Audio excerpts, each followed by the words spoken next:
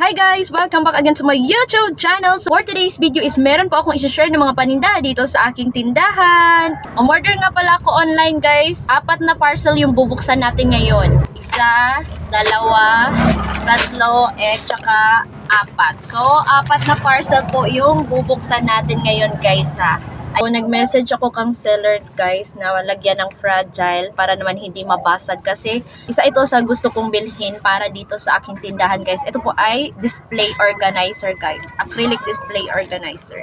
Okay, buksan na natin to. Ang bilis lang niya dumating ha. Siguro mga 4 days lang dumating na dito sa amin. Sa Mindanao. Napaka-secure ng kanyang packaging guys. Balot na balot talaga ng bubble wrap. At saka karton na din. Medyo mahal lang to guys, pero gusto ko talaga to orderin para kasi nga sa aking mga paninda. Lagayan to ng mga paninda guys para organize, kumbaga. Ayan o. Wow, tingnan nyo. Explain ko sa inyo guys, ganito po siya. Ayan, ipapakita ko yung picture dito guys. Kapag na-assemble na, ganyan po yung ating in-order guys. Ayan. Ayan po yung kanyang picture kapag na-assemble na guys. So, ipapa-assemble ko lang to mamaya and ipapakita ko din sa inyo guys. Dito na lang. Ayan.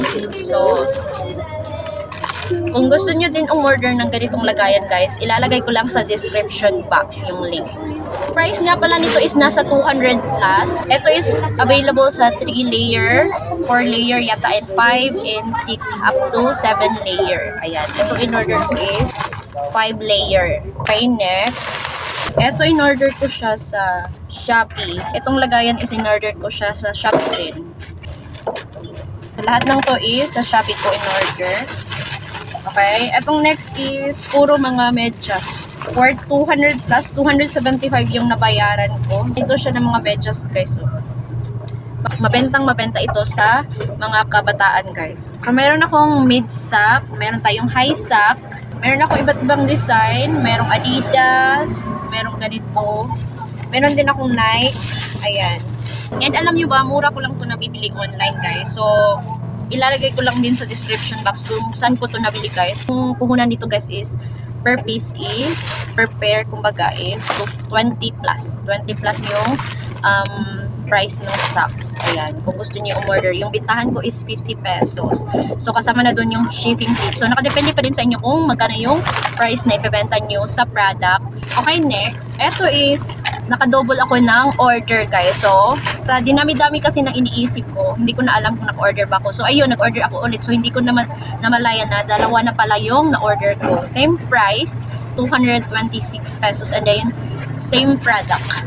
Okay, una na natin dito guys. Ito is, ngayon siya dumating. Ito namang isa is, kahapon siya dumating. So yun nga, na-double ko yung order ko. Pero, hindi siya same day. Okay? Unahin na natin to. Ito yung mga in-order ko guys. So, ayan. Murang wipes from Shopee guys. 10 pieces nito, 85 pesos lang.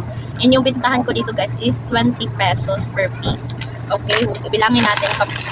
1, 2, 3, 4, 5, 6, 7, 8, 9, 10. Okay, sakto yung pinadala sa atin ni seller. Order din ako ng mga ballpen. Okay. Secured yung ballpen natin guys. So, naka-bubble wrap talaga.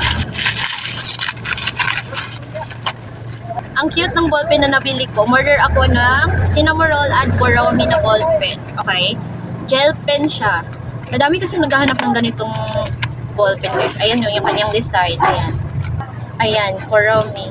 12 pieces per box. And nabibili ko siya sa lagang 39 or 40 plus. Nakalimutan ko na. Lalagay ko din yung link kung saan ko siya nabili. Para naman, kung gusto nyo order, sa kanila na kayo umorder guys. And meron din tayo dito, syempre, ayan. Cinnamoroll na ballpen. Ayan yung kanyang design. Cinnamoroll. Okay, next. Ito naman yung buksan natin. Yung same item pa din naman sa loob. Ayan o. Same item lang talaga guys. 10 ganito. 10 wipes. Okay, bilangin ulit natin. 1, 2, 3, 4, 5, 6, 7, 8, 9, 10, 11. Hala, 11. Wait lang. Bilangin natin ulit na. 1, 2, 3, 4, 5, 6, 7, 8, 9, 10, 11 talaga siya guys. Sobra ng isa yung pinadala sa akin ni seller. Okay, thank you seller. Kasi may pasobrang isa o diba?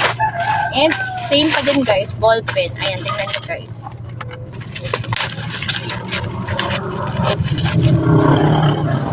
Same pa din sila guys, oh, Kuromi at saka Cinnamoroll. So meron na tayo dito dalawang Kuromi na ball pen and dalawang Cinnamoroll na ball pen. Ayan. And 21 pieces total na wipes. Bintahan ko sa ganitong mga ball pen guys is 8 pesos. So yun lang po for today's video guys. Yun lang po yung mga i-share ko sa inyo ng mga paninda na dagdag na naman dito sa aking tindahan guys. So wag niyo pong kalimutan na mag-like, comment, share, and subscribe. Thank you for watching. Goodbye!